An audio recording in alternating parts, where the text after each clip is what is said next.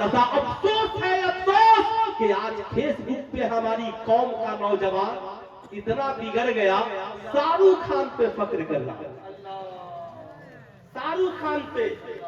افسوس کہ خان موویز اتنی چل گئی، او ظالم اسلام میں فلم دیکھنا کل بھی حرام تھا اور آج بھی حرام ہے، چاہے کسی کافر کی فلم چلے یا شاہ رخ خان کی فلم چلے، مسلمانوں کے لیے کوئی فلم ہو دیکھنا حرام ہے۔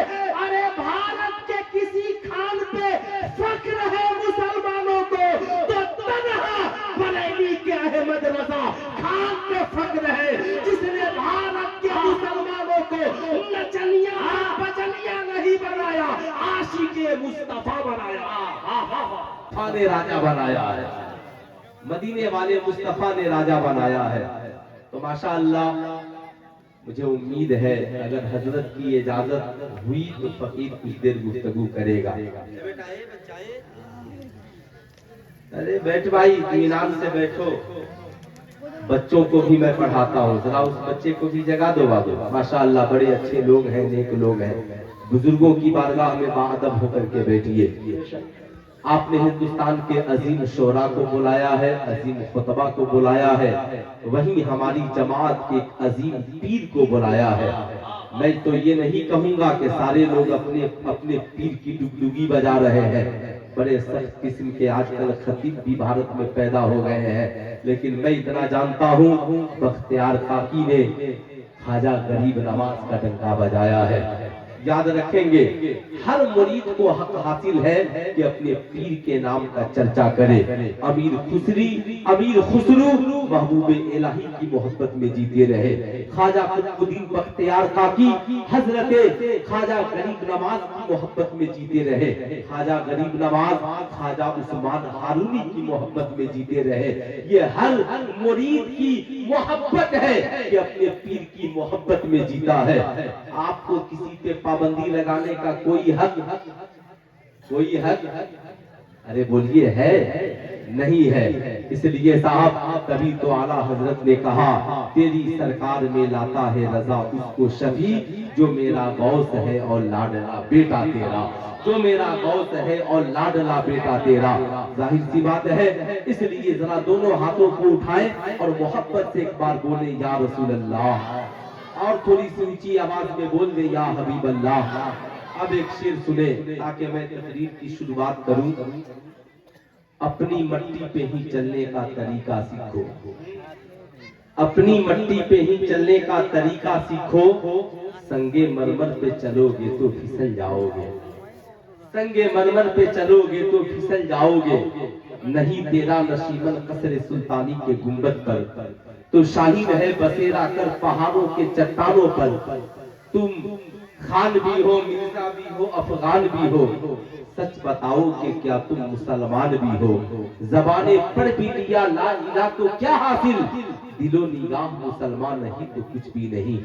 قسم خدا کی ہم اور آپ، ہمارا اور آپ کا تعلق جس مذہب سے ہے اسے مذہب اسلام کہتے ہیں۔ بھارت میں اسلام کی تبلیغ کے لیے خواجہ غریب نواز تشریف لے آئے۔ خواجہ غریب نواز کے ایک ہاتھ میں قرآن ہے، دوسرے ہاتھ میں نبی کا کردار ہے۔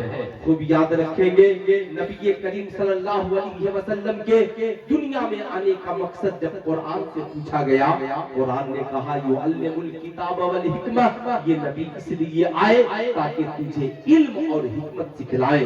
ذرا غور سے سننا، جب کوئی مسلمان ہوتا تو آمنہ کے لال سب سے پہلا پیغام جو زمانے کو نبی نے دیا وہ یہی دیا، طلب العلم فریضۃ علی کل مسلم و مسلمہ، علم حاصل کرنا ہر مسلمان مرد اور عورت پر فرض ہے۔ یہ پیغام کس نے دیا؟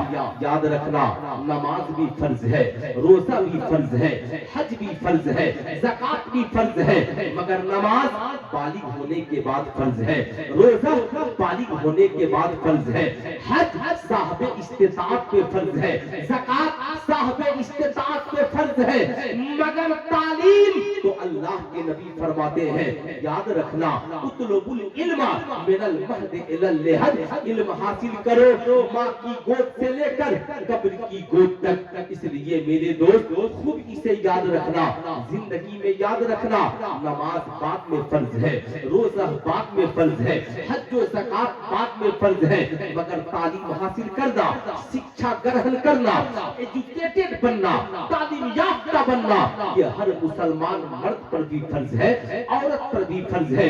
یہی وجہ ہے بانی اسلام نے تعلیم کی اہمیت کا تذکرہ کیا اور کہا العلم نور، علم ایک نور ہے، علم ایک روشنی ہے، علم ایک پرکاش ہے، جہاں علم نہ ہو یاد رکھنا وہاں اندھیرا ہی اندھیرا ہوگا۔ یہی وجہ ہے جہاں جہاں خانقاہیں ہیں وہاں پر مزاریں بعد میں بنی ہیں، وہاں پہ درسگاہوں کا وجود پہلے ہوا ہے، خانقاہوں کی تعمیریں بعد میں ہوئی ہیں، وہاں پہ مدرسوں کا وجود پہلے ہوا ہے۔ آپ تاریخ عالم کو اٹھا کر کے دیکھیں، غوث اعظم کی زندگی دیکھیں، صاحب بغداد شریف میں غوث اعظم کی خانقاہ کا وجود بعد میں ہے، ان کی درسگاہ کا وجود پہلے ہے۔ اجمیر شریف میں دیکھیں، غریب نواز کی خانقاہ کا وجود بعد میں ہے، درسگاہ کا وجود پہلے ہے۔ بریلی شریف میں دیکھیں، خانقاہ کا وجود بعد میں ہے، درسگاہ کا وجود پہلے ہے۔ کچھوچا شریف میں دیکھیں، خانقاہ کا وجود بعد میں ہے، درسگاہ کا وجود پہلے ہے۔ پنڈوا شریف میں دیکھیں، خانقاہ کا وجود بعد میں ہے، درسگاہ کا وجود پہلے ہے۔ خانقاہ فریدیہ میں دیکھیں، خانقاہ کا وجود بعد میں ہے، درسگاہ کا وجود پہلے ہے۔ میں نے کہا حضور بابو صاحب قبلہ بتایا جائے، خانقاہوں نے پہلے خانقاہ کی بنیادیں کیوں نہیں ڈالی، درسگاہوں کی بنیادیں کیوں ڈالی؟ کہا بیٹا سمجھنے کی کوشش کرو، اگر پہلے مزاریں بن جائیں گی تو یاد رکھنا چادر چڑھانے والے ہوں گے، چادر بیچنے والے ہوں گے، موم بتی بیچنے والے ہوں گے، اگر بتی بیچنے والے ہوں گے، تعویذیں بیچنے والے ہوں گے، تجھے پتا نہیں ہے۔ اس لیے ان اللہ والوں نے مزاروں کی تعمیریں بعد میں کی، پہلے درسگاہوں کی تعمیر کی تاکہ درسگاہ سے عالم بنائے جائیں، اس لیے کہ یہ چاہتے تھے کہ مجاہد صرف بنیں گے تو چادریں بیچنے والے بنیں گے، اور بچے قوم کے پڑھ کر عالم بنیں گے تو چادروں کی عظمت بچانے والے بنیں گے، کی عظمت بچانے والے بنیں گے، علماء کرام کی عظمت بچانے والے بنیں گے، اولیاء کرام کی عظمت بچانے والے بنیں گے، اسلام کا پیغام زمانے میں بتائیں گے۔ یہی وجہ ہے دنیا کہتی ہے بھارت میں اسلام پھیلایا ہے غریب نواز نے اور بزرگوں کی عظمت کو بچایا ہے بریلی کے احمد رضا خان۔ سبحان اللہ سبحان اللہ۔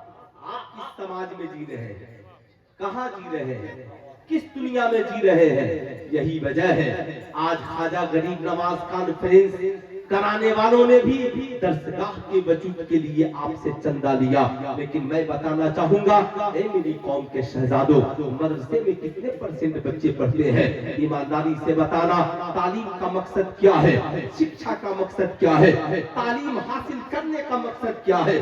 قرآن نے کہا لوگوں تعلیم حاصل کرنے کا مقصد تو یہ ہے کہ اوتوا العلم درجات، جب پڑھو گے تیرے رتبے کو بڑھا دیا جائے گا، حلال اور حرام کا تمیز پیدا ہو جائے گا، جائز اور ناجائز کیا ہے اسے تم جانو گے، سماج میں اچھا اور برا کیا ہے اس کی تمیز تجھے ہو جائے۔ تعلیم کا مقصد یہی ہے۔ آج دو قسم کے لوگ تعلیم یافتہ ہیں، ایک وہ صاحب جن کے پاس تعلیم تو ہے مگر کردار نہیں ہے۔ یاد رکھنا صاحبوں، آج سماج میں کچھ لوگ ایسے ہیں جو کہتے ہیں صاحب یہ مولانا مولوی کی بات میں کیا پڑے ہو، ہم خانقاہ والے ہیں، ہم طریقت والے ہیں، تعلیم سے کیا مطلب ہے؟ خواجہ غریب نواز کانفرنس میں آنے والوں، خواجہ غریب نواز نے اپنے باغیچے کو چھوڑ دیا تعلیم حاصل کرنے کے لیے، اپنی ساری دولت کو راہ خدا میں وقف کر دیا تعلیم حاصل کرنے کے لیے۔ آؤ خواجہ غریب نواز کی بارگاہ میں تجھے لے کر چلنا چاہتا ہوں، مگر خوب